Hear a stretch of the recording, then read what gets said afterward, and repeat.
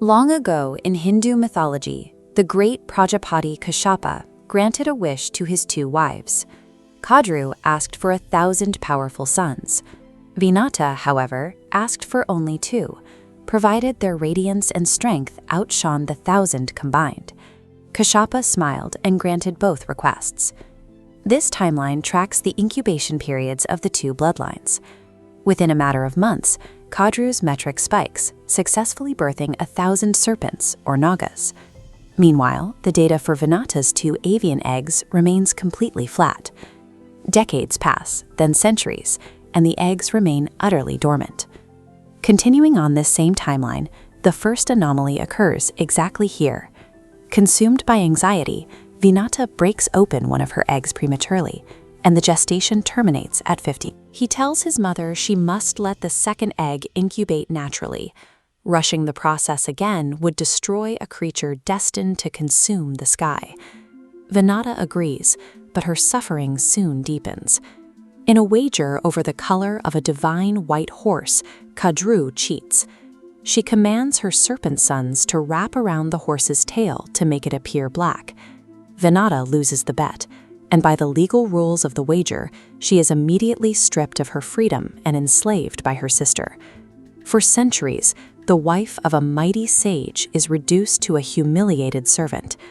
She endures constant orders and insults from the serpent clan. Now, her entire existence relies on the single, perfectly silent egg she keeps hidden away in the dark. Aruna's incomplete form remains a reminder of what haste destroys. Meanwhile, the final egg remains undisturbed, drawing in power for centuries in total silence. The weight eventually shatters. The shell cracks, and a colossal, radiant entity violently explodes into the dark cavern. This is Garuda. His wings are the size of mountains, and the force of his first breath echoes like 1,000 storms crashing at once. But Garuda awakens to a grim reality. He sees his mother bound to the servitude of the Nagas. He turns to the serpent clan and asks exactly what it will cost to buy her freedom permanently. The Nagas demand an impossible ransom.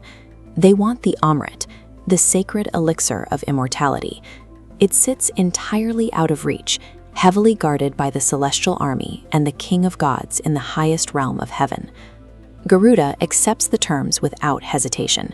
He prepares to ascend toward the celestial realm, deploying his immense physical strength as a form of leverage, a tool specifically to be traded for his mother's freedom.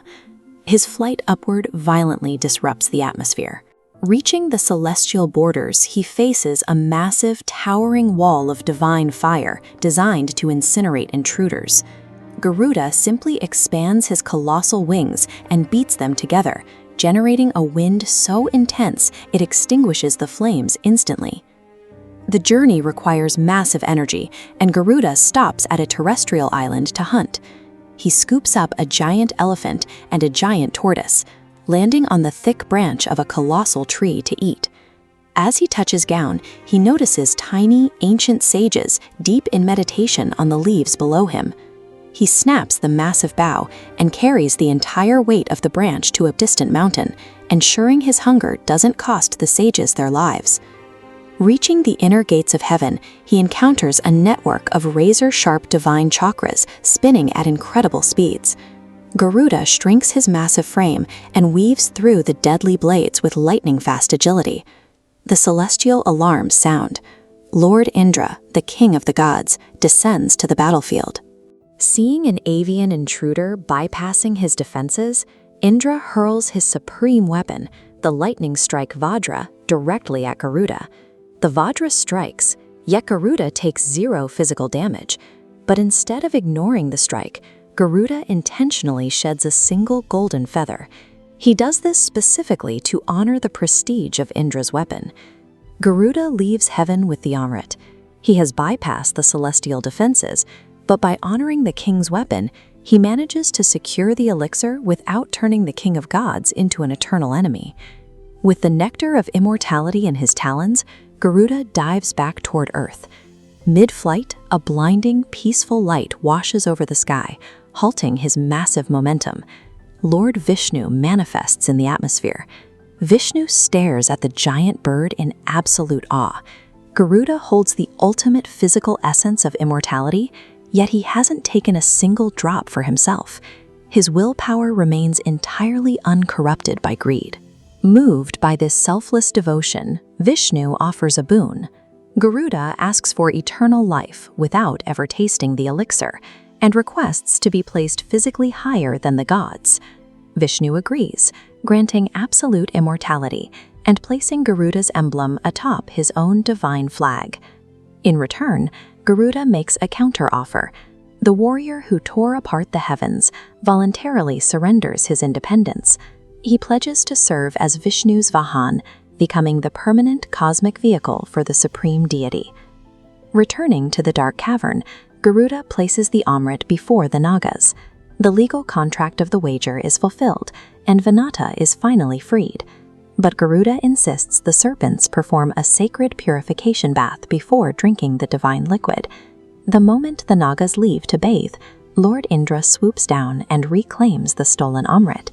When the serpents return to an empty patch of grass, they frantically lick the sharp, glowing blades, hoping to catch a remaining drop. The razor-sharp edges slice their tongues perfectly down the middle. The entity born from a forgotten, dormant egg achieves total victory through moral restraint. By resisting the elixir and keeping his word, Garuda secures his mother's freedom, cements his legacy as the eternal enemy of venom, and binds himself forever to the preserver of the universe.